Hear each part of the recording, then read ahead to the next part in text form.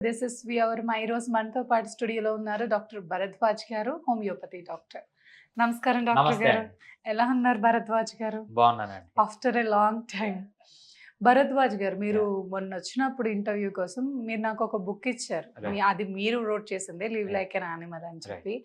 అస్సలు amazing book అండి. Yeah! అసలెంత థాంక్ యూ. బావుందంటే, హ్మ్. అసలు మన బాడీకి ఏం కావాలి, ఏం అవసరం లేదు. హ్మ్. మొత్తం అంతా ఉంది అందులో. అన్ని డీటెయిల్స్ అసలు ఎంత మోతాదులో ఎంత కావాలి. అసలు చాలా బావుంది. మీ బుక్ గురించి మీరు యాహ్! బ్రీఫ్‌గా 4 మాటలు మా వ్యూవర్స్ కోసం చెప్పండి. యాహ్! అంటే నేను చదివాను. నా అభిప్రాయం మీకు చెప్పాను. ఓకే. అసలు మీరు రాసారు గదా! అసలు మీరు చెప్తే బావుంటుంది అని. రైట్. ఈ బుక్ చాలా సింపుల్ అండి. దాని టైటిలే బుక్ మొత్తం చెప్తుంది. ఆ టైటిల్ పేరొచ్చి yeah! 'Live like an animal' అంటే యెస్. ఒక జంతువులాగా బతుకు అని. సో, దాన్ని నెగెటివ్‌గా తీసుకోవడం, దాని పాజిటివ్ సైడ్ ఏంటంటే అసలు బేసిక్‌గా జంతువులాగా బతకడం అంటే ఏంటంటే, సో, హ్యూమన్ బీయింగ్ అంటే మన హోమోసేపియన్ అంటే మనం కోతుల నుంచి మనుషుల్లాగా మారింది 3,50,000 ఇయర్స్ ముందనమాట. ఓకే. అంతకుముందు గూడా కోతి జాతులుండేవి. రామాపిథికస్, ఆస్ట్రలోపిథెకస్ అని డిఫరెంట్ కోతి జాతులు. కోతి నుంచి మనిషిగా మారింది 3,50,000 సంవత్సరాల ముందు. 3,50,000 సంవత్సరాల అంతకుముందు గూడా అడవిలోనే ఉండేవాళ్ళం.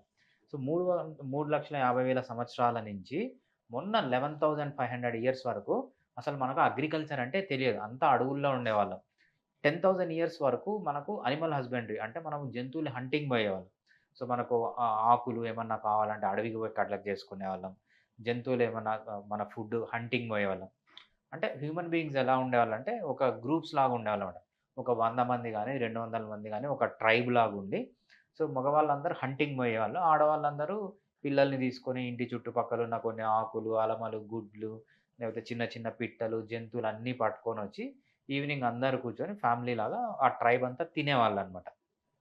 సో, ఈ బుక్‌లో ఏముంటుంది అంటే, అంత హెల్తీ డైట్ వాళ్ళు ఎలా ఏ డైట్ తీసుకున్నారు? వాళ్ళు ఎలా నిద్రబోయారు? వాళ్ళు అప్పట్లో ఏం ఎక్సర్‌సైజ్ చేసేవాళ్ళు? అదేవిధంగా లైఫ్‌లో స్ట్రెస్ వస్తే వాళ్ళు ఎలా హ్యాండిల్ చేసేవాళ్ళు?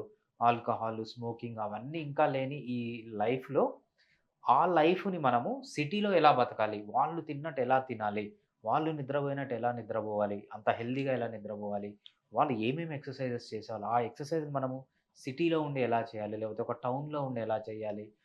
స్ట్రెస్ ఒస్తే ఎలా తట్టుకోవాలి మనము? వాళ్ళు ఏం చేసేవాళ్ళు స్ట్రెస్ ఒచ్చినప్పుడు అని బేసిక్‌గా మనము సిటీలో ఉన్నా, టౌన్‌లో ఉన్నా గూడా ఆ అనిమల్‌లాగా ఎలా అయితే మనం బతికామో హెల్తీగా, హ్యాపీగా 100 సంవత్సరాలు ఆ విధంగా బతకడం అనేది ఎలా అనేది ఆ బుక్ అన్నమాట. Yeah! Wow! Wow! Very nice అండి. యాహ్! అసలు ఆ బుక్‌లో ఏముంది అనేసంటే, మొత్తం బుక్‌లో మొత్తం ఏముందో అని చెప్పేసారు 2 యాహ్! ముక్కల్లోనే. యాహ్! చాలా బావుందసలు. నేను చదివాను కాబట్టి నా ఎక్స్‌పీరియన్స్ ప్రకారం అసలు బాడీకి ఏం గావాలి అనంటే అసలు మీరేం జెప్తారు? సింపుల్ అండి. మనకు ఏదన్నా ఆ బుక్‌లో మనకు ఫస్ట్ 5 చాప్టర్స్ ఉంటాయన్నమాట. దాంట్లో బుక్‌లో యాక్చువల్‌గా 8 చాప్టర్స్ ఉన్నాయి. First chapter basic introduction. Next 5 important chapters. తర్వాత లాస్ట్ చాప్టర్ వచ్చి ఎయిత్ చాప్టర్ వచ్చి వెయిట్ లాస్. వెయిట్ లాస్‌కి స్పెసిఫిక్‌గా ఎలా కావాలని ఉందన్నమాట. సో, మనము బేసిక్‌గా ఈ 5 ప్రిన్సిపల్స్ ఏంటంటే ఫస్ట్ తిండి. ఏమేమి తినాలి? ఏమేమి తినకూడదు? చాలామంది నన్నొచ్చి అడిగేదంటే, "సార్ మేము హెల్తీగా మారాలి, లేకపోతే వెయిట్ లాస్ కావాలంటే ఏమేమి తినాలి?" అంటారు. So, that is the wrong question అనమాట. రైట్ క్వెషన్ ఏంటి అంటే, ఏమేమి తినకూడదు? సో, మనము తిండి ఎక్కువైపోయి ఇలా తయారయిపోయినాం తప్పితే, తిండి తక్కువే కాదు. ఫస్ట్ ఏంటంటే, డైట్‌లో ఏవేవి మానేయాలి అనేది చాలా ఇంపార్టెంట్. ఆ బుక్‌లో క్లియర్‌గా ఉంటుంది. హ్మ్. తర్వాత ఏమేమి తినాలి? నెక్స్ట్ క్వెషన్ వచ్చి ఏమేమి తినాలి? ఏమేమి తినకూడదు? ఫస్ట్ అది చేస్తే 80% ఆఫ్ ది హెల్త్ మీకొచ్చేసినట్టే. మిగిలినవన్నీ కలిపి ఒక 20-30% ఆఫ్ ది హెల్త్. నెక్స్ట్ నిద్ర. మగవాళ్ళు ఎన్ని రోజులు ఎంతసేపు నిద్రపోవాలి? ఆడవాళ్ళు ఎంతసేపు నిద్రపోవాలి? చిన్న పిల్లలు, ముసలి వాళ్ళైతే ఎంతసేపు నిద్రపోవాలి? అవన్నీ మనం క్లియర్‌గా ఆ బుక్‌లో ఇచ్చామనమాట. నిద్ర గురించి ఇంకా ఏంటంటే, అసలు మంచి నిద్ర అంటే ఏంటి? రాంగ్ స్లీప్ అంటే ఏంటి? ఆ డిఫరెన్సియేషనే తెలియదు. కొంతమంది ఏమంటారంటే రోజుకి 4 గంటలే పడుకుంటారు. కానీ మేము హెల్తీగా ఉన్నాం గదా! పొద్దున్న లేసి మా పనులు మనం చేసుకుంటున్నాం గదా! సో, అది హెల్తీనా? సో, మనం అక్కడ క్లియర్‌గా డిఫరెన్షియేట్ చేసిందంటే, హెల్తీ స్లీప్‌ని, అన్‌హెల్తీ స్లీప్‌లు ఎలా గుర్తుపట్టాలి? ఏది హెల్తీ స్లీపు? ఏది అన్‌హెల్తీ స్లీపు? తర్వాత స్లీప్‌ని ఎలా ఇంప్రూవ్ చేసుకోవాలనేది సెకండ్ చాప్టర్ అన్నమాట. ఇంకా థర్డ్ చాప్టర్ వచ్చి ఎక్సర్‌సైజ్. ఎక్సర్‌సైజెస్‌లో మనకు 9 టైప్ ఆఫ్ అడాప్టేషన్స్ అని ఉంటాయన్నమాట. స్ట్రెంగ్త్ అంటాము, హైపర్‌ట్రోఫీ అంటాము, పవర్ అంటాము, స్పీడ్ ఎక్సర్‌సైజెస్ అంటాము, లోకల్ ఎండ్యూరెన్స్ అంటాము. Mid duration endurance, short duration endurance, long duration endurance, skill అని ఇలా 9 అడాప్టేషన్స్ ఉంటాయన్నమాట. అంటే మన పాత కాలంలో ఈ 9 అడాప్టేషన్స్ ఉండేవన్నమాట. వాళ్ళ లైఫ్‌లోనే ఈ ఎక్సర్‌సైజ్‌లన్నీ ఉండేవి. ఈ 9 అడాప్టేషన్స్ మనం ఒక సిటీలో గాని, టౌన్‌లో కానీ ఎలా చేయాలి అనేది నెక్స్ట్ చాప్టర్ అన్నమాట. దాని తర్వాత స్ట్రెస్. స్ట్రెస్ అనేది మనకు 3 రకాలుగా ఉంటుంది. Acute stress, medium stress, chronic stress అని. యాక్యూట్ స్ట్రెస్ అంటే ఏంటి? అక్యూట్ స్ట్రెస్ ఎందుకు మంచిది? మీడియం స్ట్రెస్ అంటే ఏంటి?